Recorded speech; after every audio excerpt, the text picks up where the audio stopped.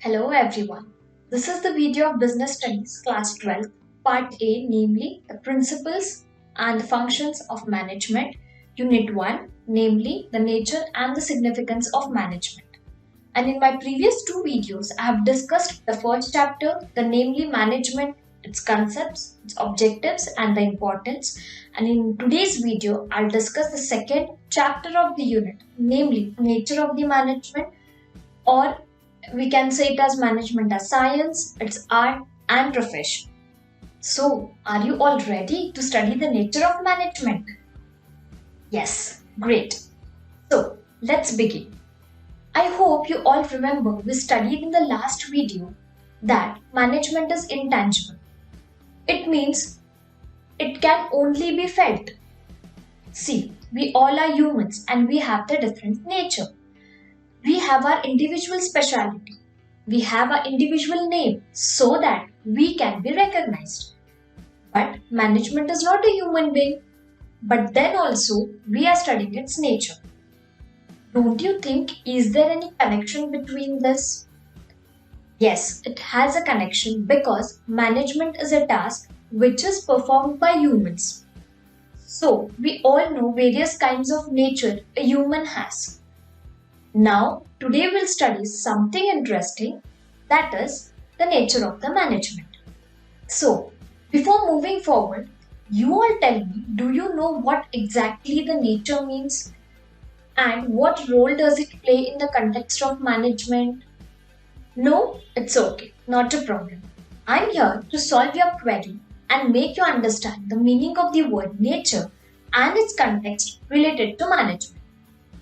So let's get started. See, the simple meaning of nature is quality of a something, or we can say defines a thing with a special quality. So let's study the nature of the management. Management has its own nature, but the question is whether the management is an art or a science or a profession. Confused? Okay. Let's check what actually the nature of the management is. So, first is management as a science. Now let's first understand what science is and then we'll proceed further so that you will have a clear clarification of management as a science. Do you guys remember you studied science subject till standard 10th in your school times? You must have performed various experiments, must have learned various theories, and also must have understood the reason behind some experiments. So basically, science means a systematically organized body of knowledge on a particular subject. I hope you must be clear with the meaning of the word science. Now let's proceed with the features of the management as a science. So, the first feature is the systematic body of knowledge. Various disciplines of science are based on a specified and a defined body of knowledge which is based on the cause and effect relationship. Similarly, management has a host of theories and principles which were developed over the years.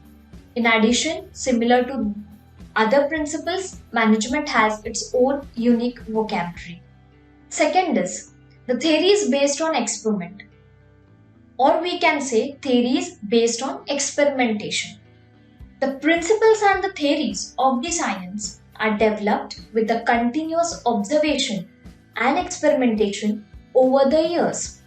Similarly, the principles of management have also been developed by the continuous observation and experiments over the years in varied situations. However, unlike science, no exact cause and effect relationship can be established in the management. This is because management primarily deals with the human behavior, which is dynamic and cannot be predicted. So, the outcome of the theories and the principles cannot be predicted accurately. The third is the universal validity. The principles of science are universally valid. Similarly, the theories and the principles of management are also valid to some extent, if not universally valid. The theories and the principles act as the guidelines for the managerial action in different situations. Now, the next is management as an art. Seeing or listening to word art, the meaning we understand or our minds bring up is something related to artist or some design or some creativity. Let's see what features say what management is an art. Okay. So, the first is the existence of theoretical knowledge. Similar to various other art forms such as music and dance, management also has an existing body of knowledge in the form of various theories and principles. For example, Henry Fayon's principle of management, Taylor's scientific management theory, etc. Or we can take an example of a manager in a company. He makes various charts, tables, presentations to keep the management of a company in a systematic form that is nothing but an art. Second is the personalized application. Art is the application of the knowledge in a personalized and a creative manner. For example, the basic steps in a dance form are performed by each dancer in a unique and creative manner. Similarly, managers apply the basic principles and theories of management in a creative manner according to the need of the situation. And the third one is the practice and creativity. Under art, there is a continuous practice and innovation on the part of artists. This gives rise to the unique interpretations of similar situations. Similarly, in management, with continuous practice, the manager uses his own creativity and imagination to formulate the new and the unique ways to deal with the situation. Now, we'll move forward to understand about the features relating to management as a profession.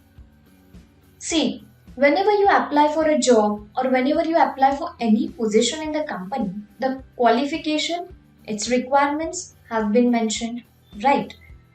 And as per your qualification and degree, you choose your job or the profession, right? So, the question comes up, what could be the features or how can we say that management as a profession? So, let's see its features. The first one is the systemized knowledge. Professionals require a systematic body of knowledge in order to acquire the specialized skills of a profession. Similarly, management can be called as a discipline in the sense that it has a systemized and well-defined body of knowledge. One can gain this knowledge through colleges, institutions, and books. Nowadays, various institutions are set up primarily with the objective of providing education in the management. So, it can be asserted that this feature of profession is present in the management. Second is restriction to entry. Unlike other professions, no specific qualifications or degrees are mandatory required to be a manager. However, preference is always given to those who possess professional knowledge in the terms of degrees and diplomas. In this way, it helps in restricting the entry of people in management as a profession. Third is professional association. Similar to other professions, for example, chartered accountants are affiliated to the Institute of Chartered Accountants of India. Management is also affiliated to the Professional Association which regulates the function to its members. They define the ethical code of conduct for managers and regulate their activities. For example, in India, AIMA, which means All India Management Association, regulates the functioning of its members, managers. However, it is not mandatory for a manager to be the member of the association. The fourth is Code of Conduct. All professionals are bound by a code of conduct of its profession. For example, company secretaries are guided by the Code of Conduct laid down by the Institute of Company Secretaries of India. Similarly, in the management as a profession, there is an ethical code of conduct which guides the behavior of its members. Many management associations like AIMA lay down an ethical code of conduct. However, it is not mandatory for a manager to be the member of such organization. And the last one is motive to serve the society. Nowadays, profit maximization is not only the goal of management, rather, they also strive to serve the society. This is done by producing good quality goods and charging reasonable prices. So, we have gone through all the features relating to management as an art, management as a science, and management as a profession. However, before winding up my discussion, I would like to add some information which is given under the box of your NCERT Business Studies book, which is titled as Some Interesting Cross-Disciplinary Perspectives. So, ready to learn something interesting? So, let's check out the management's relationship with other subjects.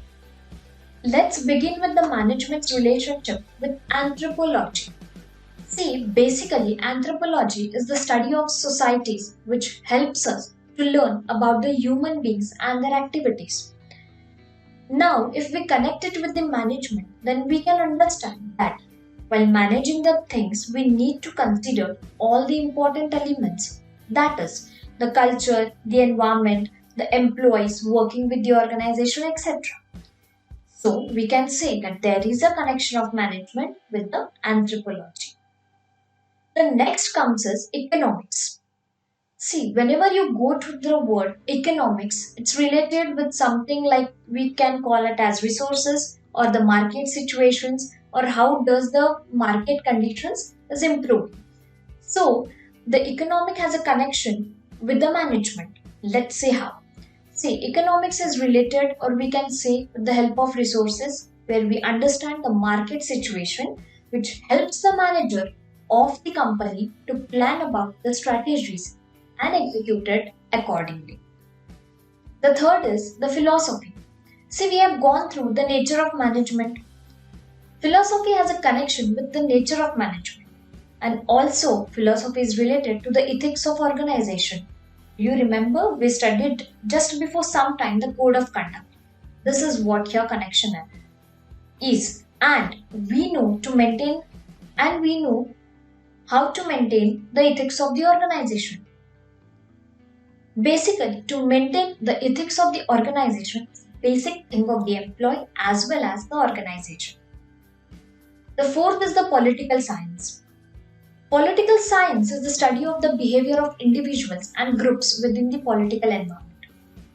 So, if any company or organization enforces contract or any agreement with the company, the political background it plays a very major role, and we check the political background and then the company and the manager decides the strategies and how they decide how the needs can be fulfilled. The fifth is the psychology. We know how the choices and the tastes of the customers change, and according to the choice of the customers, the manager decides or he makes up the plans for the company regarding the fulfillment of the needs of the customers. So it's necessary that manager should be able to understand the psychology of a customer. And the last but not the least is sociology. The manager of the company keeps in mind the needs of the society and then only makes any plans for the company. So the connection between the society and the manager is all about understanding the needs at a particular time. So these are some small concepts, but these are very interesting concepts to understand the relationship between the management and these some basic elements, and also it helps in the growth of our organization. I hope today's video was pretty interesting as you learned so many aspects of the management. This is all for today. In my next video, I'll discuss the third chapter of the unit, namely the levels of management. So keep watching. Thank you.